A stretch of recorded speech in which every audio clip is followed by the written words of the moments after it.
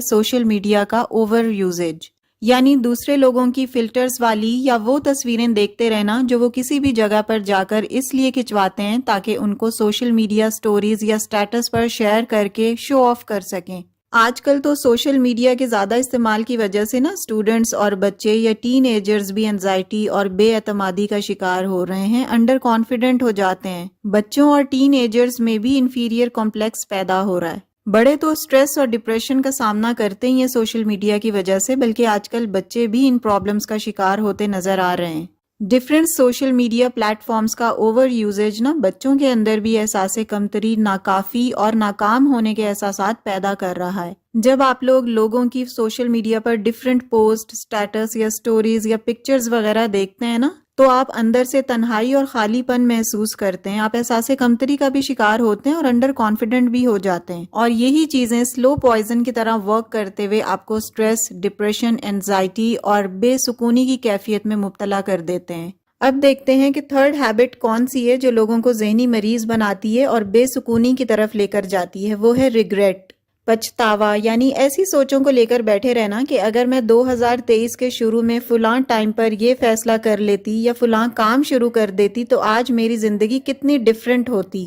یا کئی لوگ یہ بھی سوچتے ہیں کہ اگر میری شادی اس جگہ کی بجائے کہیں اور ہو جاتی یا فلاں بندے سے میری شادی ہو جاتی تو آج میں کتنی خوش اور کامیاب ہوتی، یا میں بڑی امیر اور پیسے والی ہوتی، اور میری ناکامی کی وجہ ہی یہ ہے کہ میرے والدین نے میری شادی یہاں کر دی۔ جب آپ ماضی کے اس طرح کے پچھتاووں کو یا ریگریٹس کو اپنی سوچوں پر حاوی کر لیتے ہیں تو آپ خود کو بلیم کرتے رہتے ہیں اور اپنی بہتری کے لیے کچھ اور نہیں کرتے، بس سارا قصور دوسروں پر ڈال کر خود آرام سے سائیڈ پہ ہو جاتے ہیں۔ ہاں، تھوڑا بہت افسوس یا پچھتاوا کرنے میں کوئی حرج نہیں ہے، کیونکہ ہم سب میں سے ہر بندے کی زندگی میں کوئی نہ کوئی پریشانیاں یا غم ہوتے ہی ہیں، لیکن ان پچھتاووں میں ڈوبے ہی رہنا، ان کو اپنی سوچوں پر حاوی رکھنا اور ان کی بیس پر اپنی زندگی کو روک دینا یا خود کو روگ لگا لینا، یہ ٹھیک نہیں ہے، یہ ایک غلط عادت ہے، اور آپ کی یہ عادت آپ کو سکون اور اطمینان سے نہیں رہنے دیتی۔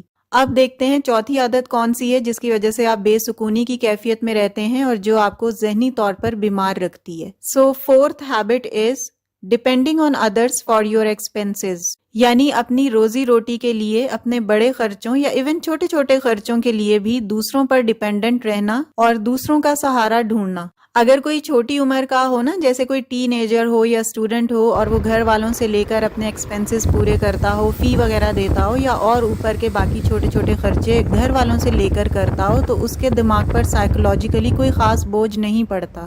لیکن اگر آپ گرون اپ ہیں، بڑے ہیں، اڈلٹ ہیں اور اپنے خرچے کسی دوسرے سے لے کر پورے کرتے ہیں تو اس وجہ سے آپ سائیکولوجیکلی ویک ہو جاتے ہیں۔ بے شک آپ ایک عورت ہیں، ایک ہاؤس وائف ہیں، لیکن آپ کو اپنی شخصیت کے بھرپور اظہار کے لیے اپنے فیصلے خود کرنے چاہیے۔ لیکن آپ کو یا گھر کے وہ افراد جو جاب نہیں کرتے، کوئی کام نہیں کرتے اور ان کو اپنے چھوٹے چھوٹے خرچوں کے لیے دوسروں کے سامنے ہاتھ پھیلانا پڑتا ہے، تو امیجن کریں کہ ان کی سیلف اسٹیم کہیں نہیں ہوتی، ان کے اندر کانفیڈنس بھی نہیں ہوتا اور ان کی کوئی عزت نفس نہیں ہوتی۔ تو ظاہر ہے ایسا بندہ اپنے فیصلے بھی خود نہیں کر سکتا، اور اگر وہ جاب کرنے کے قابل ہے اور اس کے باوجود کمانے کی طرف نہیں آ رہا تو یقیناً اس کے گھر والے اس سے تنگ ہوں گے۔ لیکن یہ بھی ہو سکتا ہے کہ ایسا بندہ اپنے گھر والوں کے تانوں اور پریشر کی وجہ سے اپنے آپ کو ایک مجرم کی طرح خیال کرتا ہو، اور وہ بندہ اپنے آپ کو ایک پیراسائٹ سمجھتا ہو جو ہمیشہ دوسروں کے خون پر پلتا ہے۔ تو اس طرح کی عادتیں اور انوائرمنٹ آپ کی شخصیت کو برباد کر دیتی ہیں، حتیٰ کہ آپ ڈپریشن کا شکار ہو جاتے ہیں،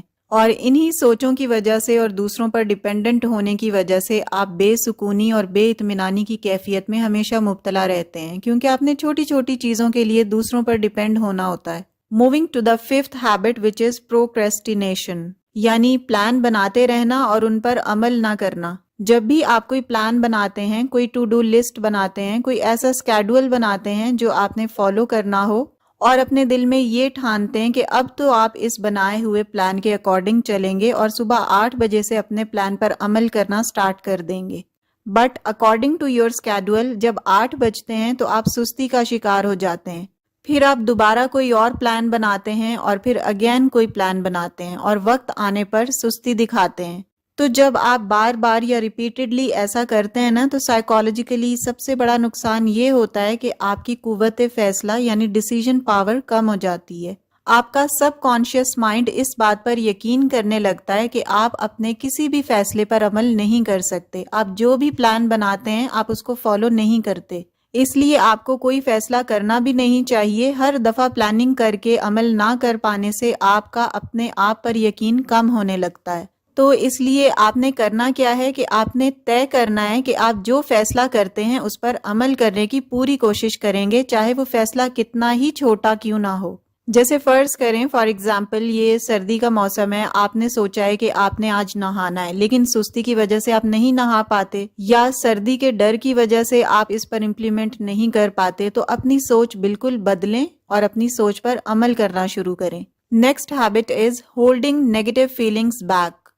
اگلی عادت جو اندر ہی اندر آپ کو ذہنی مریض بناتی ہے اور آپ الٹیمیٹلی ڈپریشن اور سٹریس کا شکار ہو جاتے ہیں، وہ یہ ہے کہ اپنے اندر غصے والی فیلنگز یا افسوس والی فیلنگز کو دبائے رکھنا. کئی دفعہ ہمیں دوسروں کی کوئی بات بری لگتی ہے اور ہم دل ہی دل میں اسے ناراض ہوتے ہیں، مگر اس کو بتاتے نہیں ہیں، نہ ہی شو کرتے ہیں، بلکہ اس کا بدلہ ہم دوسرے طریقوں سے لینے کی کوشش کرتے ہیں، جیسے اس کے پیٹھ پیچھے اس کی برائی کرنا یا دوسرے لوگوں میں اس کو بے عزت کرنے کی کوشش کرتے ہیں. یا پھر اگر اسے ہم سے کوئی کام پڑے تو ہم اپنے آپ کو اس کے لیے اویلیبل ظاہر نہیں کرتے. سائیکالوجسٹ یا سائیکیٹرسٹ کہتے ہیں کہ یہ طریقہ ہماری مینٹل ہیلتھ کے لیے نقصان دہ ہوتا ہے.